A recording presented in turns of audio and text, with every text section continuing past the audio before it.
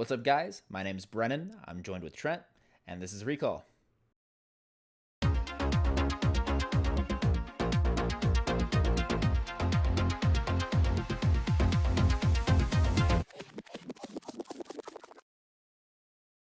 All right, guys. We don't have a lot to talk about in the world of League of Legends. Not much going on, but Trent has scoured the earth for just a little bit of information to give you guys. So, Trent, go ahead and take us in. Alrighty, so this week in League, there's really, like Brendan said, not much going on. No roster changes anyone really knows of. Most teams are just starting their scrimming, all that stuff. But over on the other side of the world, in Eastern regions, they are doing the Demacia Cup in LPL, which is basically a tournament, an 8-team tournament. There's going to be the top 3 in LPL East and the top 3 in LPL West, which consist of teams like EDG, RNG, Invictus Gaming. And then the other 2 teams are made up from the LDL, which is basically like the LPL minor league. Interesting. They're going to be the 2 finalists from there. So those are going to be your 8 total teams, and they're going to play off in a or an 8-team bracket tournament, same championship format we're always used to. And it's basically, I mean, there's not much that I can find in the sense of like it has real merit or standings for like worlds or anything like that. I think it's just a money thing. It's like a tournament hosted by Tencent. But it should be entertaining to watch because it's still going to give us a kind of at least an idea of maybe what teams are looking at as a meta right now. And even if not that, they'll have some fun with it. The exciting thing, though, is you'll get to see Invictus Gaming go up against RNG that just won MSI. And this Invictus Gaming should have the Shy back on the roster uninjured and ready to go. Because that was the main reason that team fell apart, a lot of people think, back during their finals run. Is the Shy got injured and their rookie, Jackie Love, got stage fright, and not stage fright, but he got jitters and nerves and he wasn't playing on his game. So this tournament could be really interesting to see Invictus Gaming and see if they come back as strong as they previously were. Okay. And that starts the 31st on a Thursday, and that's going to go all the way through till Sunday. Cool. It's very interesting that how they got their teams in there, the 2 that are from the minor league. That's I don't really understand that one either because like it doesn't make any sense. Hold on one second. You're good. It doesn't make any sense at all as to why like you'd have a minor league team play off against all these teams that are like top 3. But whatever it is, maybe for some reason they know something we don't know. Maybe it'd be more entertainment, or maybe they just want to see how these teams will measure up in a competitive format like that. But it could be interesting to see. Yeah, definitely. It's gonna go one of 2 ways. Either there's gonna be some crazy Cinderella story where they win like maybe 1 game, or they're just gonna get absolutely stomped, and we'll be watching the big boys play. Yeah, I don't know. I'm not super pumped to see how they end up doing, but possibly, just maybe, we might see a couple games surprising. But hopefully we just get to see an RNG Invictus Gaming finals, and we get to actually see what could have been for LPL finals. Because yeah, for sure. Well, I guess that's gonna do it, right? We don't really have anything else. That's my league talk basically. Sweet. Everyone's currently playing on patch 8.11, but that's not going to be a competitive patch, so there's no real reason to talk about it as of yet. Most pros haven't even got an idea because it's going to be such a huge. It's not necessarily mid-season change level, but it is pretty big. It's going to be definitely changing the way ADCs play in the meta. It's going to be changing some mid lane stuff, wave clear. So we're just going to kind of wait that out and let other players see it and analyze it, and then maybe we have an idea and a read on the meta before it starts in summer split for most of these regions. For sure. Well, Trent, appreciate you as always. I know you went great lengths traveling the world to find that little piece of information. Yeah, so, it was a lot of scrounging, a lot of digging. Did you have to sell your soul? I didn't have a soul in the first place. I just gave someone a corn dog. Okay.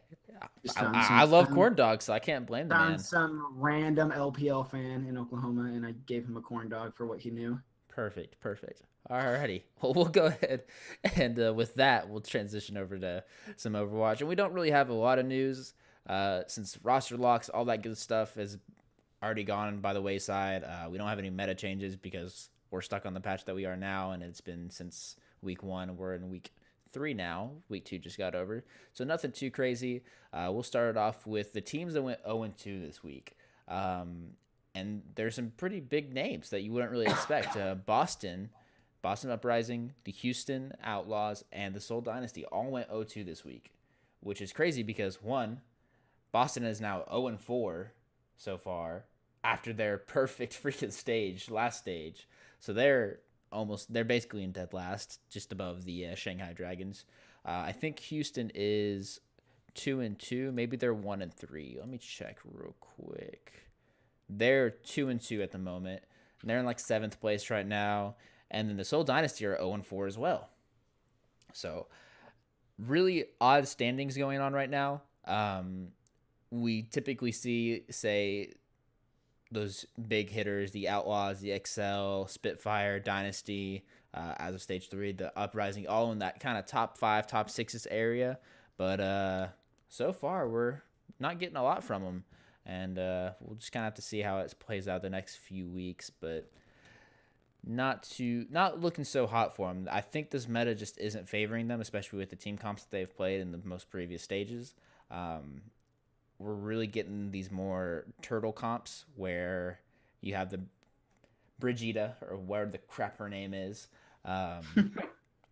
just kind of having this quasi 3 support comp that you can't. It's just hard to break, honestly, and they're not really adapting well. Yeah, it really doesn't. So you see these teams that have these perfect dive comps that were just so coordinated, and now they're just getting kind of interrupted. So it is definitely interesting to see how this meta works out. I was thinking the Houston Outlaws were going to be very good at this meta, but it's kind of taken a turn for this last week. And if I remember correctly, I think they got like 4-0'd by the San Francisco Shock. Yeah, they got 4-0'd by Shock. So what I'm wondering is, and I'm kind of interested in this, let me look real quick as my slow internet loads up. Okay, yeah. So Houston has had a 3-1 and a 4-0 on the first, a 4-0 win and a 3-1 win in the first week. And then this last week, they had a 1-3 and a 0-4 loss. Yeah. So it's either like they're doing really well or they're just kind of not doing well at all, if you understand what I'm saying. Like, it's... And that's the look of it. And it also, you have to kind of keep in mind the teams that they played. London Spitfire, they've been struggling since the beginning of Stage 3. They 4-0'd them. So it's like, well, we don't really know if that means anything. Boston Uprising, they 3-1'd. Boston Uprising is currently 0-4. And, I mean, again, what does that tell you so far? Yeah, and so all of a sudden, those 2 wins that made Houston look really strong, not so strong anymore. Exactly. And so Los Angeles Gladiators beat them last week 3-1. Los Angeles Gladiators are in, I think, 2nd or 3rd, if I remember correctly. They are 4-0 at the moment. And then Houston also lost to the San Francisco Shock, which I think are in 5th, if I remember correctly. They are, or maybe 6th. I don't remember. I think San Francisco Shock is 6th place right now. Gotcha. And then Fuel are 5th.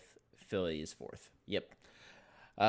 So that's, it's hard to tell based off of week 1, and we had even said that we're not quite sure where they're at yet. And I think week 2 is kind of giving us the direction of, okay, they're still just a mid-tier team. They're not that crazy stage 1 team that like we were all hyped about that played really well and was taking it to the Koreans. They're just kind of meh. They've basically, so this is basically what has happened. They've switched places with the Los Angeles Valiant and the Los Angeles Gladiators, and that'll transition us over to the next topic, all the teams that are still 4-0, which are going to be, of course, the New York XL, the powerhouse. They're just gods. Apparently, they can't be beaten. The Valiant, and then the Gladiators. So LA has a really good talent pool going on for them right now. The Valiant and the Gladiators have just been putting on a show lately. Fissure on the Gladiators, always just amazing. It's fun to watch him play. And then Soon on the Valiant. I really like right now Soon and Bunny in their duo. Tracer's still in the meta, even though Brigida is kind of a counter.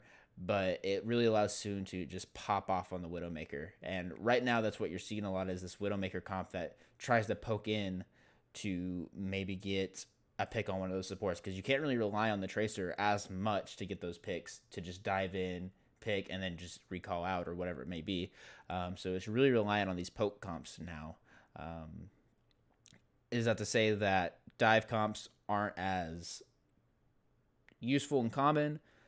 No, they're definitely each map has their own kind of meta in a way, and maybe one day I'll break all that down because it's actually kind of crazy. Each map, this one's good for dive comp, this one's good for this turtle comp, this one's good. It's just, and even you could even break it down to each point along the map can all have different compositions that are just better. And so we haven't seen dive comp be killed off completely yet, and I hope it never is, because watching a Genji, Diva, Tracer, and Winston all just go in, fly in at the same time, just with this perfect synchronized effort, is just one of the funnest things I liked about stage one, especially with the Mercy meta. But yeah, right now we're seeing, and that's the thing too, is Excel, they actually beaten some decent teams. If I remember correctly, in week one, they beat Spitfire, so not much saying there. They beat Shanghai. They beat Seoul Dynasty. So it's not huge. They haven't had to play one of the other top 4 teams yet. We'll see that next week, if I remember correctly, which will be a very fun one. But same for Los Angeles Valiant. They haven't really played anyone too crazy. They won 3-2 in overtime against Boston Uprising. So I don't really know if maybe that's a sign Boston's finally kind of getting a foothold, or maybe they're just got lucky against the Valiant, and the Valiant was off that match. But who really knows, you know? Let me see. Oh, yeah. This is my favorite topic of the day. The Fuel are finally here. Right now, they are 3-1, which they're not top 4, but right now they're looking like a very good team. They are looking very coordinated. They have just, I don't know what it is. I really don't. It's not what we've seen from the past 3 weeks coming out of them. First, or 3 stages, sorry. They looked very disconnected, all over the place. Just a ton of internal issues, and it just showed in their gameplay. Now, out of nowhere, this meta is just favoring them, and they're really just clicking together as a team. Their only loss is against the Los Angeles Gladiators, who are 4-0, are probably one of the best teams in the league right now. So it's definitely, they're probably not the best team, and I might even say they might not even make finals for stage 4, but they're definitely crawling out of that 8th place region. So what I think is super interesting is that Kiki, the coach of the Dallas Fuel, left the Dallas Fuel, and now he's on the Houston Outlaws. And all of a sudden, the Dallas Fuel is doing well, and Houston Outlaws is stagnating, if anything at all. You know what I mean? Yeah. So I'm wondering, I can't go pointing fingers. Obviously, this isn't Loco Doco. We haven't seen lots of performance issues from this dude, but yeah. I'm wondering if maybe he isn't as good of a coach as everyone seems to think he is, because this team, once they dropped him, and yes, it could just be their meta, but they're immediately doing much better than they have been in the past. Yeah, it's definitely a possibility for sure. I've never seen any interviews with the coach at all. That's one thing that the Overwatch League community lacks, is like a look into these teams, other than like sometimes the teams themselves will put out like little home videos or something like that, but it's never, you don't get a lot of in-depth analysis from the actual coaches or anything like that, which is pretty unfortunate. We also don't have stats. Waiting on you, Blizzard. But to say the least, it's definitely interesting to see that coach shift, and we'll have to keep an eye on him to see where he ends up, if he stays with the Outlaws after this inaugural season. Something that I'm very excited for all the teams that aren't going to make the finals are going to be season 2. One, we'll see if they actually enact the upcoming actual home games and away games and all that stuff, where everything is local to that team city. We're going to see a new meta, most likely. We'll see how these teams are finally just coming together. One of the biggest ones are those LA teams. They were meh, but now they're just basically shitting on everyone, and who knows where else they could go.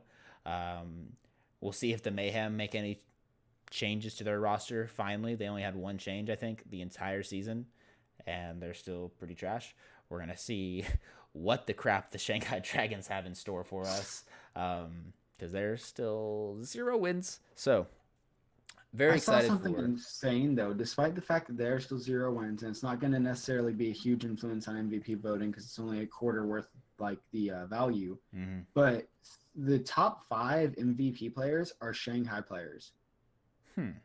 Let that sink in. The top 5 for the MVP vote by fan vote is Shanghai players. That's actually hilarious. That says so much about the Chinese region as a thing in esports. Is like this team has 0 wins, and all of a sudden they still have 3 players that could be in MVP running if it was just a fan based thing. Luckily, it's not. Luckily, I think that's a quarter of the Thank God. weight, Yeah. because that would be insane and stupid if like somehow a Shanghai Mhm. player won the MVP. But I think it's just funny to me how large their fan base is. That even though they're this miserable, they're Mhm. still trying to be voted in as MVP.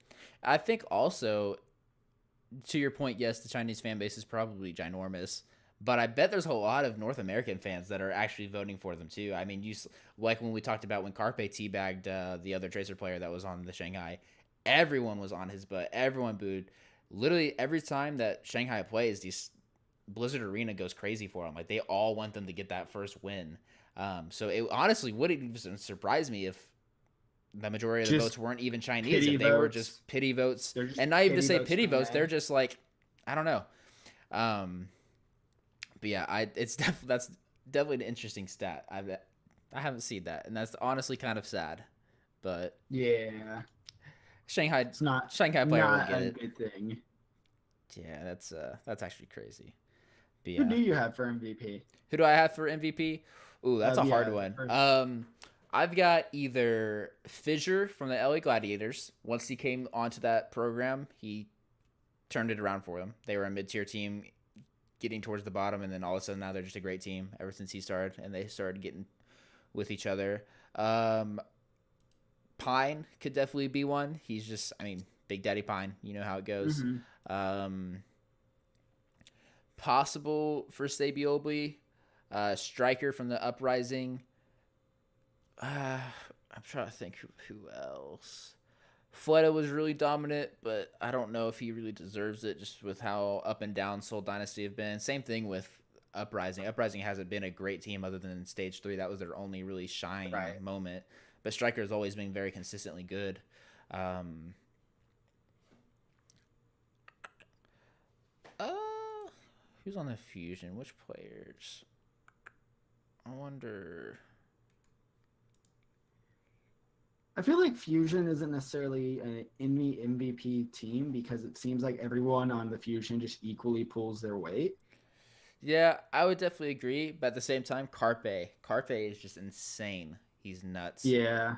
I could definitely see Carpe getting it just because, I mean, from a DPS perspective, he's one of the most valuable players on that team. He can't. I Yeah. mean, if it wasn't for him, for a majority of their games, they just wouldn't be able to get those kills because he pulls out some nutty freaking kills sometimes. Okay, so your top 3. Just give me 3. Give you three. All right. Give you 3. Oh gosh, I'm gonna go with Fissure. He's my number one. Okay. I'm going to go with. Oh, I didn't even think of this. Jay Jonak from XL, the insane Zenyatta player. Definitely Jay Jonak, number 2. Huh. And then, man, this is a hard one. Let's see. I don't even know, honestly. Like, maybe Sabiobli, but I don't even know if I want to put him up there. Maybe Pine. Like, that's a hard one, honestly.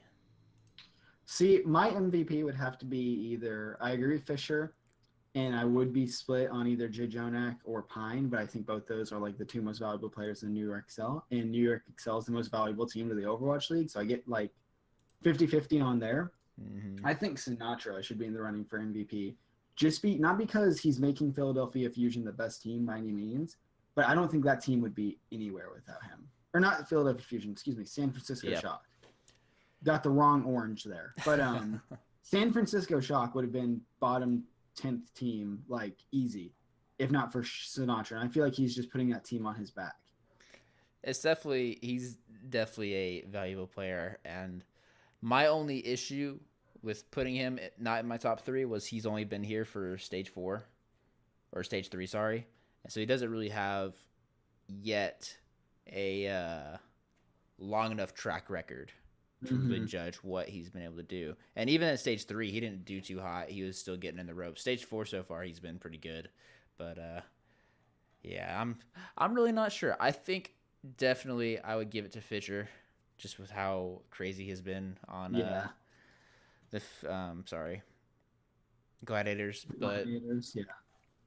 after that, everything is very very close between all the players. But yeah, and that's really all we have. We can go ahead and look at next week's games, and we'll get you out of here. Uh, let's see.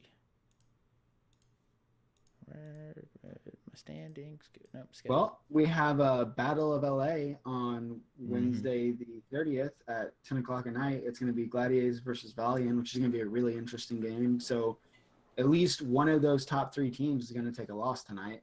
Yeah, as well as I mean, the New York Excel are playing the Philadelphia Fusion. That's number one versus number four. So we will see if the Fusion can pull something out to get the Excel off their throne for a little bit. Mm-hmm. Um, we also have the San Francisco Shock playing the Fuel, and like never in my life would I ever say like would have thought like if we were back in stage one, I never would have thought that oh man, this is gonna be a good game. But this is gonna be a Yeah. really good game. Yeah. We're Um, going to see who's actually, there to contest and bite at the heels of the top four teams, based mhm. on who wins this game. For sure, for sure. As well as that same day on Thursday, we've got the Philadelphia Fusion versus the Los Angeles Gladiators. That's going to be a really good game. We're going to see if Carpe can dish it out, and we'll see if Fisher can just keep tanking it up like he has been. Um, so we're definitely. It's very possible that we see someone else come into the top four this after this week is over. If the San Francisco Shock or the Fuel can pull out two wins, it's very easy that the Fusion are not no longer in the top four because they could easily go 0-2 this week. So that's a little scary for them, but we'll see if they can pull through. We've also got nothing. Friday doesn't look like there's many games like interesting. It's just kind of battles of the failing teams. Boston Uprising versus Shock might be interesting if Boston Uprising can come back a little bit based on if Yeah. they actually took the other team to a good 4 or 5 games. That could be interesting to watch. But Mm-hmm. Saturday we have Excel versus Valiant, which will be a really good watch. That's gonna be a great game, and again, we'll see if the Excel. This is kind of the Excel's proving week. They're playing a top four teams, um, and we'll see if their meta is actually, or this meta is actually their meta. Every other meta has been their meta, so we'll see if they just kind of keep the trend going on and can stay at the top. Now, if they Mm-hmm. did lose to one of these teams, by no means am I saying that that just disqualifies them and they're probably going to lose the rest of the season. The Excel are So such a extraordinary team. They're always going to be up there at the top. I can't see them not making top four ever, honestly. So But at best, one of the it can only be two teams remaining undefeated at the head of the standings this week, and for that to happen, that means LA would have to go 0-2, and I don't see that happening. So mm-hmm, chances are you only have one more team that's undefeated by the end of this weekend. definitely possible. And I can't stress this enough. Los Angeles Valiant versus the Los Angeles Gladiators is going to be one hell of a game. If you're That'll gonna be a watch, hype match. if I'm you're gonna excited watch to watch that any one. of those games, that is the one to watch because that is going to be one of the best games all week. There's just nothing about it. It's gonna be. I mean, Battle of LA. There's and plus the Blizzard Arena is in LA, so the crowd is already split. Like it's just a fun match to watch always. I think the Valiant have taken the last two games off of Gladiators the last time two times they met, if I remember correctly. Maybe it's the other way around. Oh no. No, I'm gonna. Let me check real quick. Yeah, I'm trying to.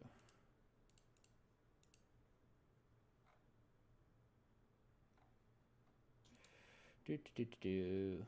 I Quick see a animation. Valiant win in the 3-2 game against the Gladiators in week 3 of stage 3. In weeks or stage one, week three, Gladiators lost 2-3 to Valiant as well. Let's see if they played during stage two.